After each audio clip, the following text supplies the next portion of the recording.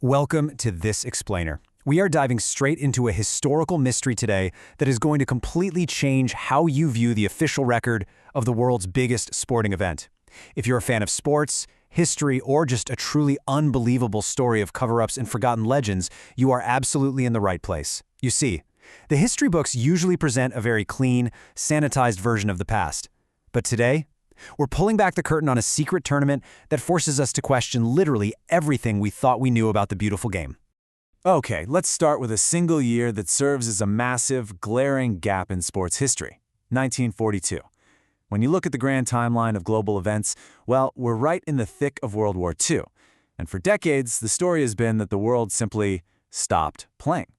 But as we're going to see, human obsession doesn't just pause because an institution says it should. Section 1. The Missing World Cup. To understand why that gap is so controversial and why it's such a massive glitch in the historical record, we just need to look at the official history. The inaugural tournament took place in Uruguay in 1930. That was followed by Italy in 1934 and France in 1938. And then, a massive jump, a strict 12-year hiatus straight to Brazil in 1950. The official narrative dictates that because of the outbreak of the Second World War, the tournament was canceled. It's a clean, understandable pause. Makes total sense, right? But the truth is rarely ever that clean. Because if you actually dig into the archives and look past the polished European records, you'll find these incredible documents recovered from Patagonia, Argentina. And these documents prove that an unrecognized, completely undocumented physical tournament actually took place right in the middle of that 12-year gap. It was a shadow tournament known by locals as the Lost World Cup. Completely off the books, totally unrecognized by official governing bodies, and entirely erased from the official timeline. Section 2. A glitch in the data. This whole situation exposes a deep tension between official, authorized history and raw, unauthorized reality.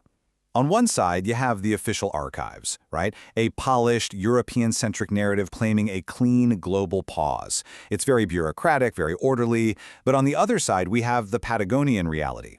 A gritty, intense tournament happening out in the remote stretches of South America. It's fascinating, really, because it begs the question, if millions of people are focused on a global war, who exactly is out in the desert playing an unauthorized world championship? Section 3. The Secret Patagonian Tournament.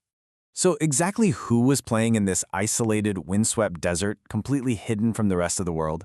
Well, in the early 1940s, Patagonia was this massive hub for millions of European immigrants and laborers. You had Italian engineers, Prussian miners, French workers, and local Argentino gauchos. These were tough, hardened individuals working out on these remote plains, and isolated from the war that was actively tearing their home countries apart, they shared one massive, unbreakable common obsession: football. For them, it wasn't just a game. It was a lifeline, a connection to the homes they left behind, and the world that was literally falling apart across the ocean. Now, this entire wild endeavor needed a catalyst, which brings us to a guy named Count Otilios Antoni. He was a wealthy, highly eccentric local patron who made a unilateral decision. The war was absolutely not going to stop the game. No way. So using his own fortune, he funded a massive, unauthorized 12-team tournament right in the middle of nowhere. And to give it legitimacy, he insisted the tournament proceed in total secrecy, but while mimicking the exact rigorous format of the 1938 World Cup. But the reality of this tournament was a stark contrast to the official games. I mean, when you think of a World Cup, you picture massive, gleaming European stadiums, manicured grass, standard regulations, the whole shebang. Zantoni's vision was the complete opposite. There was absolutely no stadium. Imagine a dusty pitch literally cleared out of the desert scrub. Picture laborers fiercely competing under makeshift flags, trying to score between goalposts made of rough-hewn timber. It was raw, it was secret, and it was entirely unpolished. Section 4. The Impossible Final Match. A secret tournament played in the desert is practically destined for a legendary finish, don't you think? After weeks of grueling matches, the final came down to two bitter rivals. On one side, the Prussian miners, highly disciplined, structured, playing with this unyielding tactical rigidity. On the other side, a team representing the local Mapuche indigenous workers. They brought fiercely passionate, deeply rooted local talent to the pitch. And, as if the stakes weren't already high enough, history tells us this final match was played during a fierce, blinding Patagonian dust storm.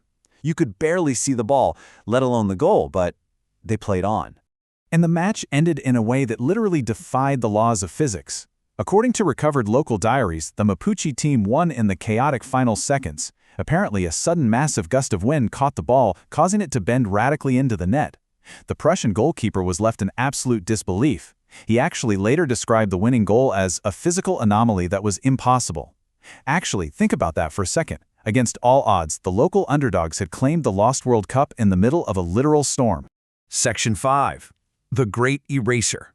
Because right after this impossible goal, the story takes a dark turn from a legendary sports tale into a massive institutional cover-up. It was a complete reality wipe, delivered in 3 distinct phases. First, the very moment the trophy was handed over, a massive flash flood hit the valley, literally washing away the physical evidence, the field, the records, even the Count's estate, totally destroyed. Second, when the war ended and sports authorities regrouped in 1945 to bring the tournament to Brazil, they caught wind of these rogue games, and they immediately threatened to ban any player or federation who ever spoke of the 1942 Patagonian tournament. Why? Well, that brings us to the third phase. They desperately needed a clean, uninterrupted narrative to control the sport's global expansion. A messy, unauthorized desert tournament simply didn't fit their corporate vision. And you know what? The erasure was incredibly effective. Even to this day, if you look at the official history website, the timeline just skips directly from 1942 to 1946. It's presented as if those years were just a blank space in human history, as if the passionate laborers and the eccentric Count and that impossible goal in the dust storm never existed at all. Yet, the glitch remains. Institutions can wipe the archives, and nature can wash away the pitch, but memory is so much harder to erase. If you travel to those remote valleys in Patagonia today, the locals still harbor a secret. Hidden away in a small village museum sits a rusted, unnamed silver trophy. It stands as the lone, stubborn piece of physical evidence of the lost World Cup, the tournament the world was forced to forget. So, I want to leave you with this provocative thought to chew on. If a World Cup happens in the desert, and history erases it, did it really happen? This story is about so much more than soccer. It really challenges us to consider how easily the truth can be washed away by a flood, whether that's literal or bureaucratic.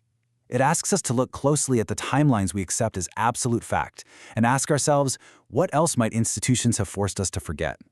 Thank you so much for joining me for this explainer, and keep questioning the history you've been handed.